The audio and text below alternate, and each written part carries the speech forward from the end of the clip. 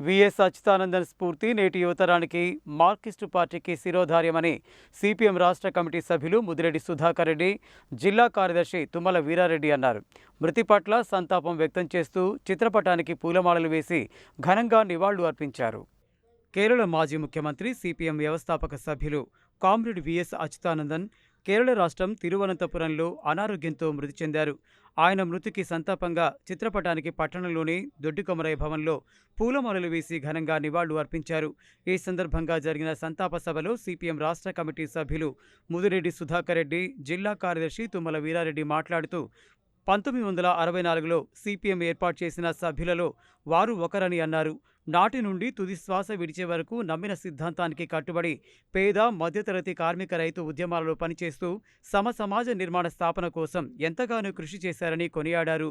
2006 నుండి 2011 వరకు కేరళ ముఖ్యమంత్రిగా పనిచేసి వారి కాలంలో అనేక భూ సంస్కరణలు తీసుకువచ్చి వేలాది ఎకరాల భూమి పంపిణీ చేయడం జరిగిందని, ఉచిత విద్య, వైద్యం అందరికీ అందే విధంగా ఎంతగానో కృషి చేశారని అన్నారు.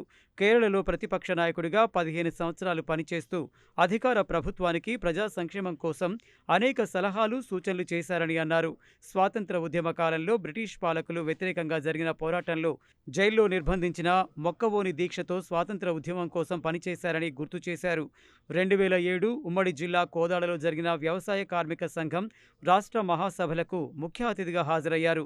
వ్యవసాయ కార్మికులకు ఉపాధి హామీ, అడవి హక్కుల చట్టం, సమాచార హక్కు చట్టం తీసుకురావడంలో కీలక పాత్ర పోషించారని చెప్పారు.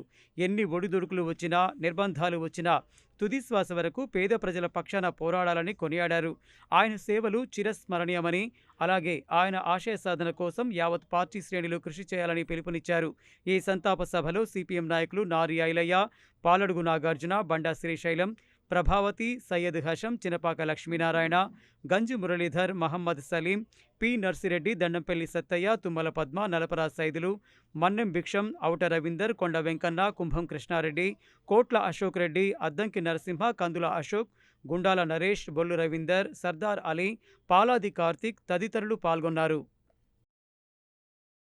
కేరళ మాజీ ముఖ్యమంత్రి, అట్లా సిపిఎం పార్టీ వ్యవస్థాపక సభ్యులు కామ్రేడ్ విఎస్ అచ్యుతానందన్ గారు అనారోగ్యంతో బాధపడుతూ 102 సంవత్సరాల వయసులో ఈరోజు భౌతికంగా మనకు దూరం అయ్యారు.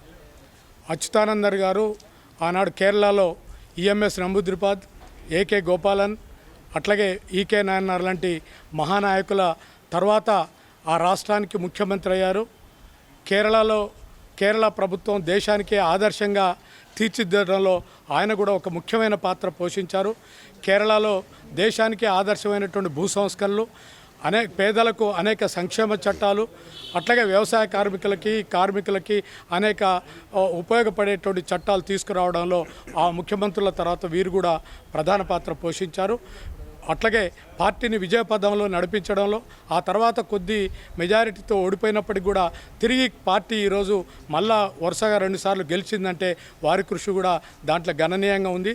ఆ రకంగా కేరళలో పార్టీ నిర్మాణంలో అట్లాగే ఆ ప్రభుత్వం దేశానికే ఒక ఆదర్శమైనటువంటి ప్రభుత్వంగా నిలబడడంలో ఆయన క్రియాశీలకమైనటువంటి పాత్ర పోషించి చివరి వరకు కూడా, తుది శ్వాస వరకు కూడా, 102 సంవత్సరాల వరకు కూడా చాలా పార్టీ కోసం కృషి చేసినటువంటి గొప్ప నాయకుడు. ప్రజలకు మేలు చేసే విధంగా అనేక చట్టాలని తీసుకొచ్చి మరింత సేవల్ని ప్రజల దగ్గరికి చేరువ చేయడంలో ప్రముఖ పాత్ర వహించారు.